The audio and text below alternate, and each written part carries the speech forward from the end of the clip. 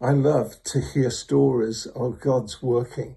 Always encourages me. A friend not too long ago sent me this story of a pastor who came to work, and a Muslim gentleman walked into the church asking to talk to a pastor.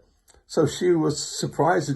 This had never happened before, but she took him off to a counseling room, and he told her the story that a few nights ago he had had a dream, and in the dream, the Prophet Muhammad was bowing at the feet of Jesus, who was on his throne. Now, Muslims all want to have a dream about Muhammad, but this was a shock to him. But he didn't feel that it was a satanic dream. Anyway, the next night he dreamt the same dream. Again, there was Prophet Muhammad bowing at the feet of Jesus. And the third night, the same dream, but this time Jesus took him to a big building in the town. And as he looked through the building, he could see a small group of people.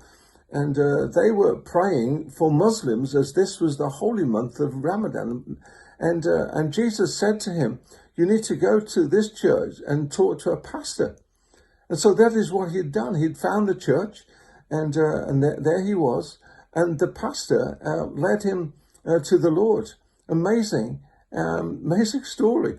And the beauty of it is, for me, that it was a small group of Christians that were in the church actually praying during those days of Ramadan, and praying that God would reveal himself to Muslims.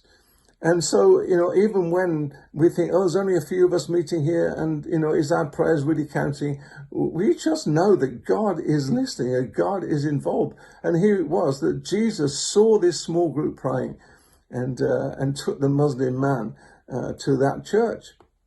And the other brilliant thing was just his description of Jesus as he saw. He said it was an undescribable encounter that he had with Jesus. He said the smile was brilliant, and it was like liquid love just pouring out all over him and through him from Jesus. So I love that story, and it encourages me, even in a small group, to know that Jesus hears our prayers. Well, not too long after that I heard the story, I was with a small prayer team in a country in the Middle East, and we were praying for a particular people group that's very, very unreached. And we had put together some prayer videos and prayer materials, and we were looking to really encourage people in different prayer networks around the world to pray for this particular group of people. We'd love to see many of them come to Christ. So we were meeting together in one of the prayer houses in the Middle East. And during those 3 days that we were meeting, it was a really, really lovely time. But I just thought, there's only a few of us here. Let me just tell the story of this church, that even though there were only a few people, Jesus was still involved and listening. So I told the story with enthusiasm, and at the very end of the story, one of the workers who'd been in the region for about 17 years said, "That was my church." I was just absolutely stunned that was her church, that was her pastor.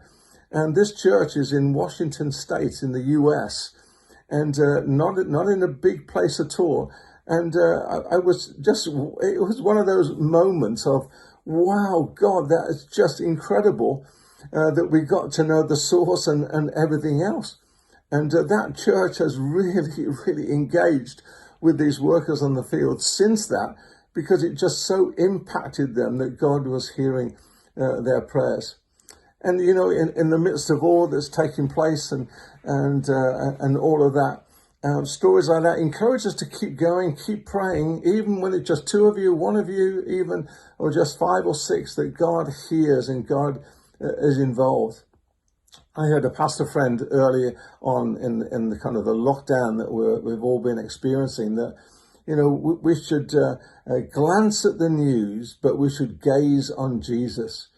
And one of the things in these days for me is to take time to meditate on the beauty of who Jesus is, and to really reflect on his glory, to look at passages in Revelation and in Daniel, and just to think of the absolute magnificence, the radiant splendor of who Jesus is. And I can never get out of my mind this image of Jesus and liquid love flowing out of him.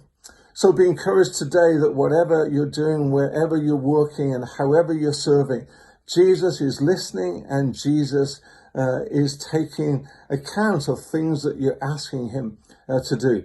So bless you today.